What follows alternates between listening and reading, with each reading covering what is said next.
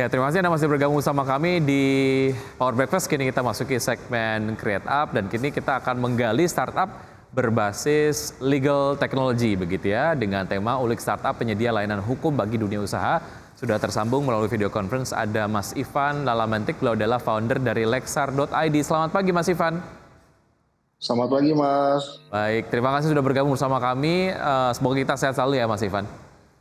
Ya, Oke, makasih. Mas Ivan, bicara mengenai kebutuhan dari dunia usaha sendiri akan layanan hukum, tentunya dari startup berbasis legal ataupun legal technology begitu ya. Belakangan itu seperti apa sih permintaannya? Sebenarnya permintaan ini kita mulai kan sekitar 5 tahun lalu, 2017. Sampai dengan sekarang itu meningkat ya.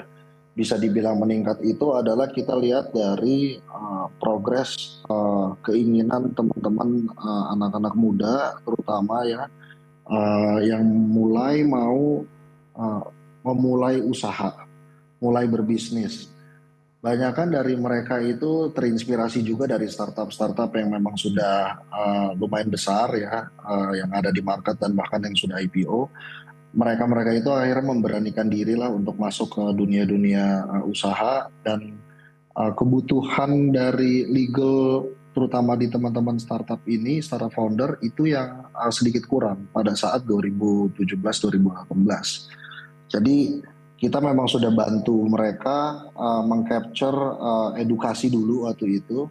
Um, dan kita melihat bahwa kebutuhan itu juga meningkat terutama karena layanan hukum itu yang ada di Indonesia secara umum itu sedikit terlalu general atau terlalu umum, sehingga masyarakat itu terkadang agak bingung ketika mereka mau misalkan mereka ada kendala A dan kendala B gitu, atau ada kasus A kasus B. Mereka itu suka bingung, ini saya kontak ke pelayan penyedia jasa hukum itu tuh siapa dan yang mana gitu. Beda halnya ketika kita sakit gitu ya, kita sakit, kita datang ke rumah sakit itu udah ada tuh, ada dokter umum, ada dokter spesialis, dan di satu rumah sakit pun juga dia bisa ke seluruh pelayanan medis gitu. Nah, beda dengan pelayanan hukum itu terlalu general. Jadi kita cuma tahu oh ini satu kantor A, ternyata udah ngobrol yang bersangkutan mungkin tidak spesialisasi di bidang tersebut, atau memang tidak memiliki pengalaman di bidang tersebut. Nah, akhirnya mungkin mencari lagi dan mencari lagi, jadinya akhirnya sulit lah mempertemukan antara pencari jasa dan penyedia jasa. Lalu di satu sisi juga ditambah lagi ada stigma masyarakat ya. Kita di Indonesia memang belum terlalu sadar atas layanan hukum. Oleh karena itu begitu sadar, biasanya itu ketika adanya masalah. Cenderung ketika ada masalah baru mencari pelayanan hukum. Nah, padahal beberapa layanan hukum yang memang uh, sifatnya itu preventif ya, atau me- mengu- memanajemen risiko, itu justru bisa didapatkan sebelum ada masalah. Jadi memang Baik. sudah terukur bisa di manajemen risiko tersebut. Ya, banyak layanan-layanan hukum dari layanan hukum yang konvensional terlalu general dan kurang custom begitu ya. Sehingga ini menjadi Ya. satu peluang lah yang kemudian Lexar tangkap lah. Oke, bicara mengenai layanan-layanannya yang ada di Lexar apa saja, Mas Ya, Ivan? jadi kalau di Lexar itu memang kita fokusnya itu kepada hukum perusahaan ya, hukum perusahaan dan yang berkaitan dengan perdata pada umumnya.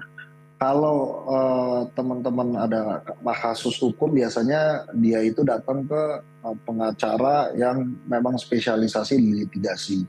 Nah, kita itu lebih fokus kepada hukum perusahaan, di mana banyaknya yang datang ke kita itu ketika dia uh, ada permintaan, ada investasi atau ada transaksi yang butuh layanan hukum. Jadi kita akan bantu buat draft dokumennya, bantu sampai dengan transaksi itu selesai dengan efisien dan tepat waktu, dan juga tidak juga lupa mementingkan uh, kepentingan dari stakeholder yang bersangkutan. Lalu yang kedua, itu kita juga ada beberapa layanan yang memang kita menganggap itu sebagai suatu produk gitu ya.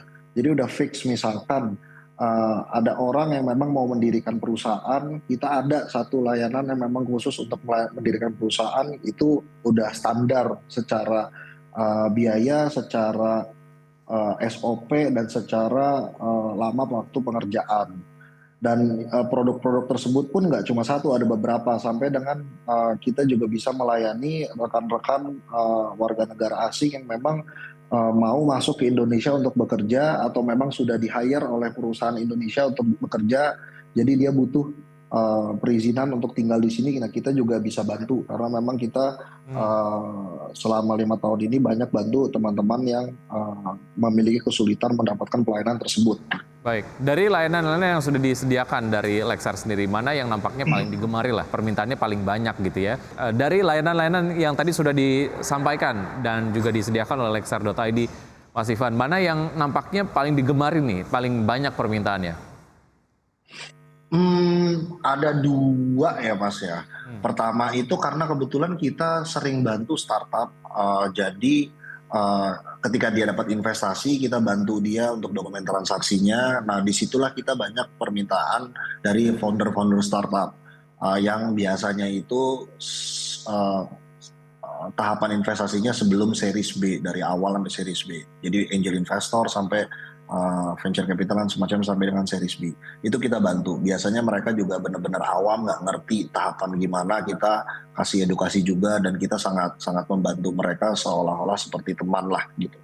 Lalu yang kedua itu adalah pendirian perusahaan. Nah yang banyak ini sebenarnya kita kebetulan banyak dari asing sih.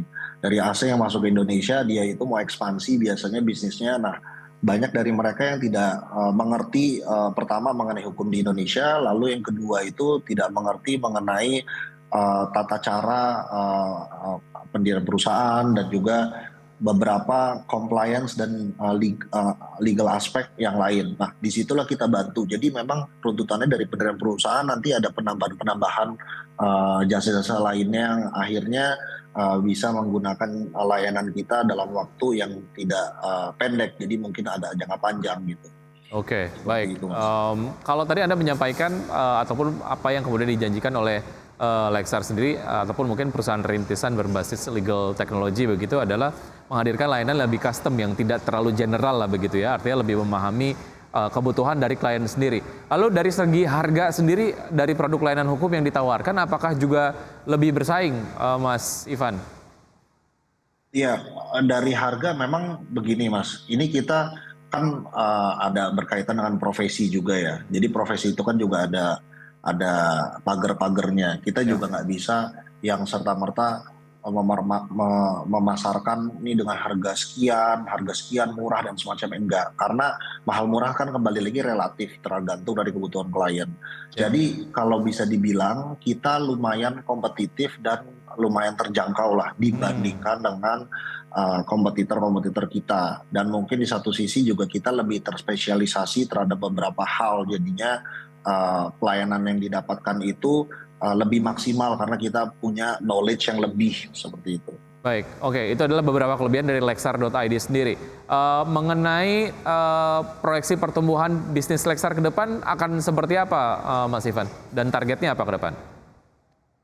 Ya, kalau proyeksi pertumbuhan kita kebetulan 5 tahun ini sudah on track ya, lebih dari 2 kali year on year target kita karena kan kita perusahaan ya yang memang tidak didukung oleh investasi juga ya, artinya ini benar-benar kayak bootstrap lah kalau startup istilahnya. Artinya belum ada Kita pendanaan yang melihat diperoleh ya?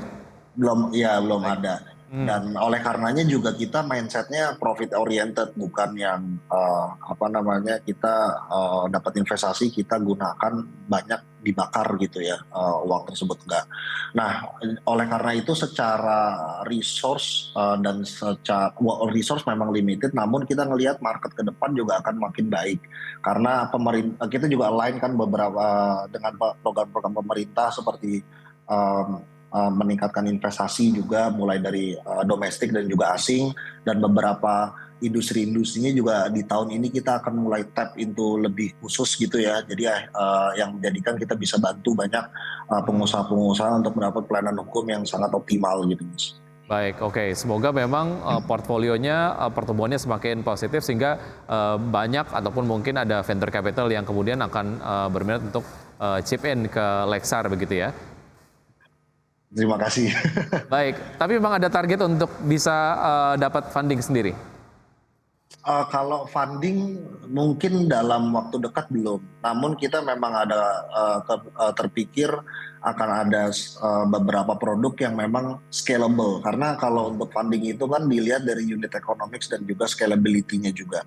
Baik, Nah, kalau sekarang kita memang banyak yang dilakukan itu secara internal, in-house, yang memang tidak terlalu scalable. Nah, untuk bisa meraih scalability itu kita harus buat beberapa standar-standar yang memang bisa menarik bagi investor. baik, baik. Oke, semoga memang sukses selalu untuk Lexar.id begitu ya. Mas Ivan, terima kasih sudah bergabung. Sukses untuk Anda. Sampai jumpa. Makasih, sampai jumpa. Baik. Dan pemirsa, kita akan kembali update pergerakan dari IHSG dari awal pembukaan hingga saat ini. IHSG berada di zona hijau dan penguatan 0,03%. Jakarta Naik Index menguat 0,04% dan LQ45 melemah 0,08%. Sementara itu saham-saham yang masuk ke dalam jajaran top gainers diantaranya adalah Antam, Astra Internasional dengan penguatan masing-masing 0,83% dan 1,83%. Kemudian BRMS dan juga BWKP masuk ke dalam jajaran top gainers. Top losers seperti yang Anda dapat saksikan di layar televisi, ada Bank BRI, kemudian ada NATO, ada NICL, kemudian ada CARE.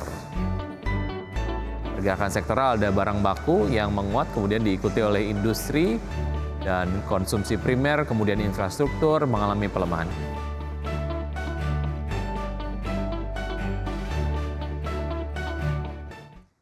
Ya, sudah 90 menit kami menemani Anda dalam Power Breakfast. Semoga pembahasan hari ini dapat menjadi referensi dan sumber informasi untuk Anda. Tetap perbarui informasi Anda hanya di IDX Channel, your trustworthy and comprehensive investment reference. Saya Wiki Adrian, see you in the morning.